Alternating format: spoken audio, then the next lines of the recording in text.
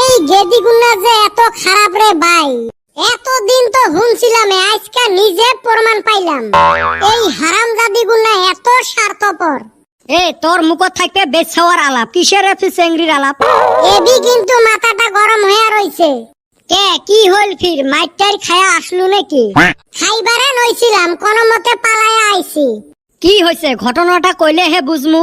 আমি বাস দিয়া একখানে গেছিলাম রে ভাই, আমার হাতের সিটে এক গেদি বইছিল, দেহা শুনে ভালোই। এই জন্য তো মাইর খাসিস, নজর খারাপ।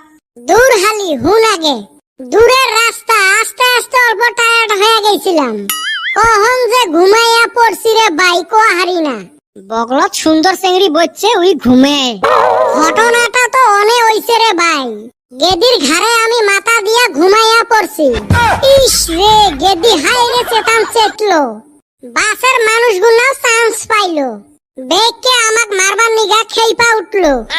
এত মাছ চাইলাম ভাই, ভুলতে ঘুমাইয়া পড়ছি। এহো গেদার কি ফুটানি, মন কয় অগর খালাতো গার্লফ্রেন্ড।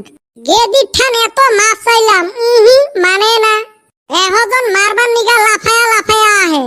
তারপরে কি হইল টেকো? তারপরে আর কি হইব রে ভাই, খার ধইরা বাসে থাইকা নামায়া দিল। হাই রে গেদি, মন কয় অল্প ময়া দয়া নাই। মুই কি এমনে কংরে, মুই কইলে মানসে খারাপ পায়। চেংড়ি মানুষের মন যেটা শক্ত, গজালে ডাবে না। তোমরা ভাবো তো এই ঘটনাটা যদি উল্টে হইল হয়। কেমন উল্টে রে? এই যে কদম চেংড়িটার ঘাড়ত ঘুমাইছে, দেখি চেংড়িটা কত নাটক করিল, কত হুলেস্তুল, অল্প মনটা নরম করিল না।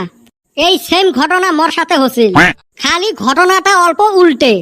এতে মুই বাসত বসছিলুম, চেংড়ি একটা মোর ঘাড়ত মাথা দিয়ে ঘুমেছিল। কই মুই তো চিল্লে চিল্লি করং নাই, মুই তো খারাপও পাং নাই। খালি কি ওইটে চেংড়ির ডিস্টার্ব হইবে জন্যে মুই যেই মানুষটা বিলেসি পারাত নামিম, সেই মানুষ মুই ধুপড়ি যায়া পাইছং। তাও চেংড়ির মুই ঘুম ভাঙবের দেং নাই। এরুম চেংড়ি নামি মোক থ্যাংক ইউও কইল না, উঠি বন বনে গেল। তাইলে ভাবেক আমার চেংড়া মানুষের মন কত নরম। ওই ঘাড়ের বিষে কয়দিন পুষ্পান নাহান করি বেড়ালুম। মনের চেংড়ি কানত একটা বড় টপ পিন দিছিল। গাড়ি যেইবেলা জার্কিং করে না, মনে হয় টপটা মোর কলজেত যায় হানে। তাও মুই কিছু কং নাই কে, কারণ আমরা যে পুরুষ মানুষ। হয় রে, আমার চেংড়া মানুষের মনটাই সাদা, গেদিগুনার খালি মুখটাই সাদা। ওলে ময়দা সুন্দরী। এ রই রই বিনালে দেখিলে না নাই? ওইটা আর না দেখে নাকি? 3-4 বার করি দেহা হল। বা তঠাই মানে পয়সাও আছে রে। ওই হারামজাদা আমাক ঠক দিয়া পয়সা কামাই করছে। টক ঠকে পয়সা কামাই করিল, আচরিত কথা। দুইজনে গেছি সিনেমা দেখবার, সামনে দেখি একটা চান্দিয়া মানুষ বইছে, মাথাটা চিল চিল কইরা জ্বলতাছে। আমারও দেহার ডিস্টার্ব হয়, হেন্নিকা বেটা ছাওয়া কইলাম, বেটা ছাওয়া এই চান্দিয়ার মাথায় যদি তুই থাপড় দেওয়া হারস, আমি তো 500 টাকা দিমু। এ বেটা ছাওয়া, থাপড় দিছিলু? থাপড় দিবে নহাং মানে 500 টাকা পাইন? তক উল্টি থাপড়ায় নাই না, অত টেকনিক খাটাইছং মুই। কেনতে রে? মুই মানুষটার মাথার থাপড় দিয়ে কলুং, রহিম চাচা ভালা আছেন?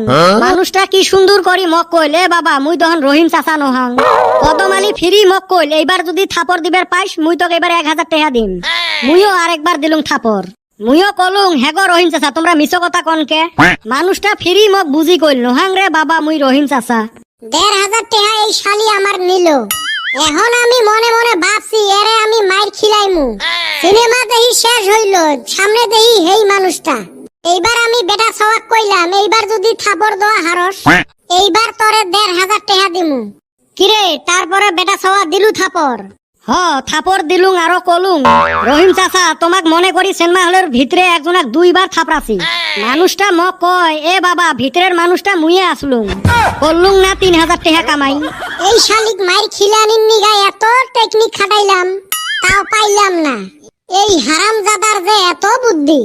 মুই এই করিয়ে খাং, এলে টেকনিক মক শিখে লাগে।